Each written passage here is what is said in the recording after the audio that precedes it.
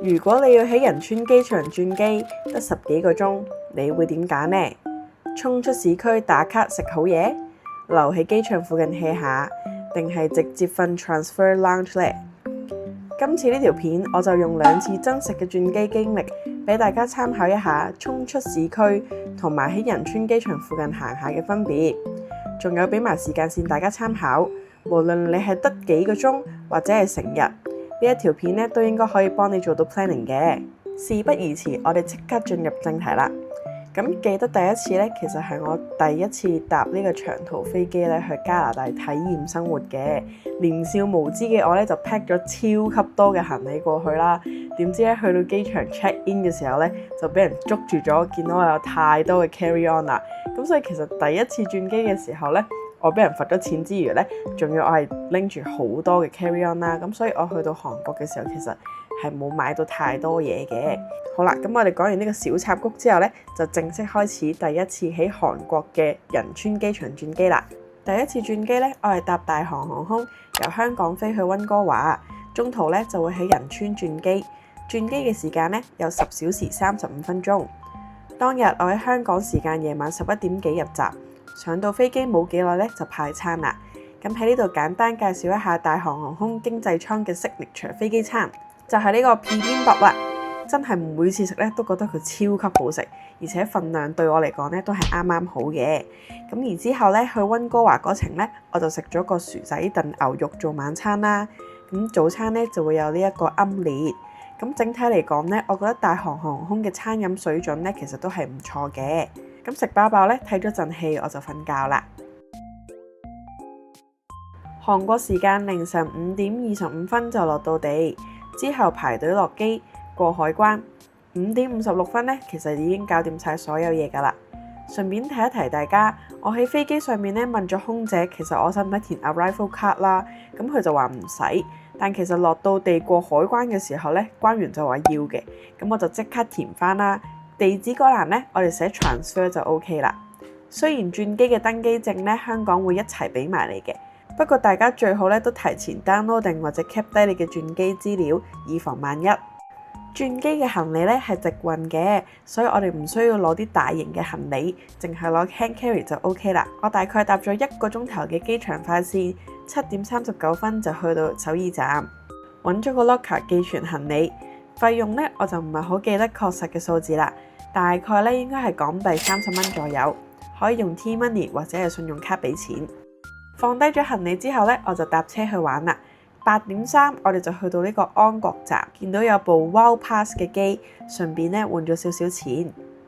唔知道大家有冇用過呢張卡呢？佢係韓國嘅交通同埋付款神器。如果大家有興趣，可以繼續睇埋落去。下一 part 咧，我會再介紹嘅。8點半咧，我就去到呢個 London Bagel Museum，已經有勁多人喺度排隊啦。咁呢間鋪咧係由7點鐘開到晏晝嘅6點。8點57分咧，我就攞咗一個外賣籌，咁但係咧佢要等19個號，咁我就趁呢個空檔咧去附近行下，順便咧揾咗間靚嘅 cafe 食個 light breakfast。大概半個鐘頭之後咧，就終於到我入去啦。到我啦，準備要到我啦。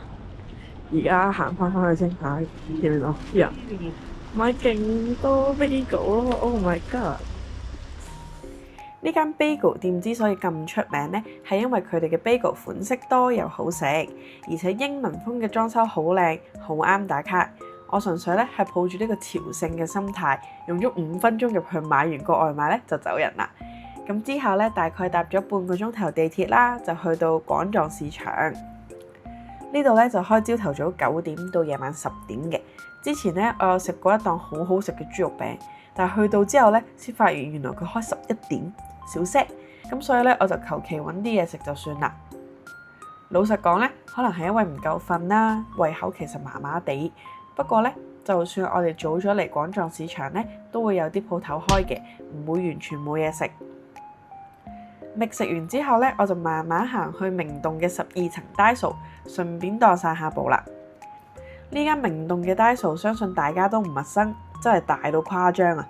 由文具啦、廚具啦、零食啦到護膚品都有，而且咧有好多都係韓國限定嘅聯名產品，行1個鐘都唔夠啊！咁買完嘢之後咧，我就翻去首爾站拎行李，準備翻機場啦。我特登咧預早咗啲時間嘅，因為咧我想去 Transfer Lounge 度沖個涼，舒舒服服咁樣上飛機。總括嚟講咧，我覺得10個鐘頭嘅轉機時間咧係絕對足夠出去市區度玩一玩嘅，想食嘢又得，行街又得，但係咧就要記得 check 清楚鋪頭嘅營業時間啦。另外咧，我哋亦都要考慮數據卡、交通卡同埋韓幣嘅問題。當時咧我就用緊全球365日有限數據嘅 SIM 卡，所以咧我就冇 data 嘅問題。咁而韓幣方面咧，一直都有用開 Wow Pass 就好方便啦。如果唔係嘅話咧，都可以去到機場或者明洞嘅大使館兌換店換錢。呢個行程只係一個參考，大家可以根據自己嘅喜好去作出調整嘅。講完市區咧，我哋就返嚟機場啦。仁川機場 T1 同 T2 都有 Transfer Lounge， 今次我去嘅咧係 T2， 都幾舒服。Trip.com 咧有份文章寫得好詳細，大家咧可以去睇翻最新嘅資訊，而 link 咧我會放喺 description box 度嘅。我喺呢度咧就淨係分享一下我嘅體驗啦。咁淋浴間嘅衛生程度咧係 OK 嘅，風筒嘅風力咧就一般般。麻雀雖小五臟俱全啦，廁所啦，風筒啦。跟住咧，呢度仲有個櫃，咁個櫃咧就唔係好深嘅。咁呢個 Transfer Lounge 咧係可以免費俾轉機嘅乘客去沖涼嘅，有提供沖涼液。Lounge 嘅風景咧亦都好好，有好多位置可以休息 ，WiFi 又穩定，免稅店同埋餐廳嘅選擇咧都好多嘅。我覺得咧同香港機場差唔多一樣咁好行，但係咧韓國呢邊咧感覺就會大啲啦。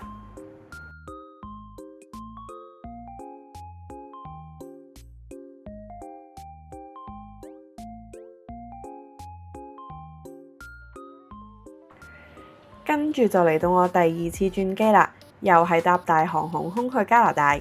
今次轉機時間仲長，有20個鐘，所以我就選擇喺機場附近嘅地區探索一下。等我哋嚟睇下今次同上次有咩分別，會唔會更多嘢玩呢？第2次我夜晚10點9左右到達仁川機場 T2， 11點13已經過晒海關出嚟啦。兩次咧都係差唔多半個鐘就過完關。之後咧，我就搭地鐵去呢個恩所玉雲西站，因為我一早咧就整咗張 Wow Pass， 所以一落地就可以俾錢搭車。呢度我詳細介紹下 Wow Pass 呢張神卡，佢係一張結合咗換匯、交通同付款嘅多功能卡。如果你係第一次去韓國，可以喺機場營業時間內買到，官網價錢大概係韓幣5500 won， 即係大概40蚊港幣。喺機場便利店或者市區好多嘅地鐵站都會有機器可以買到同埋增值。當然，如果你唔想咁麻煩，大部分韓國商戶都收信用卡，你可以就咁買張 T-Money 交通卡，甚至搭的士都得。我會將 Wow Pass 官網嘅 link 放喺 description box 度，有興趣可以去了解。我自己覺得佢換匯唔差，又唔使拎住一大沓紙幣，都好方便嘅。大概搭咗20分鐘嘅地鐵咧，就去到呢個雲西站啦。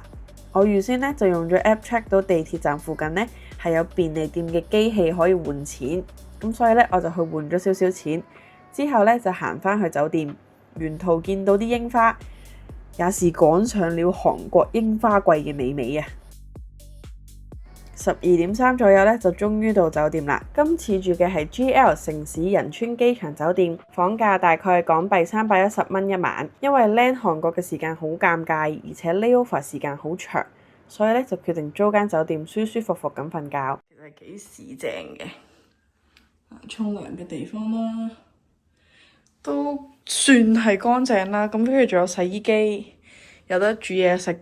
然後有2張床，跟住有個台咁樣都 OK。電視咁出邊個景觀呢？因為而家都夜晚啦，所以好似都唔係好影到。大概就係咁啦，都冇乜嘢景好睇噶啦。安頓好之後呢，見到樓下有間炸雞店仲開緊，就買咗啲嘢食。雖然最後呢都係食唔晒，但過下口癮呢都幾正。第2朝呢，我就瞓到10點幾先起身，然後呢就喺附近行下。我用 Naver Map check 到咧，附近係有 Daiso 同埋 Olive Young， 可以滿足到我購物嘅慾望。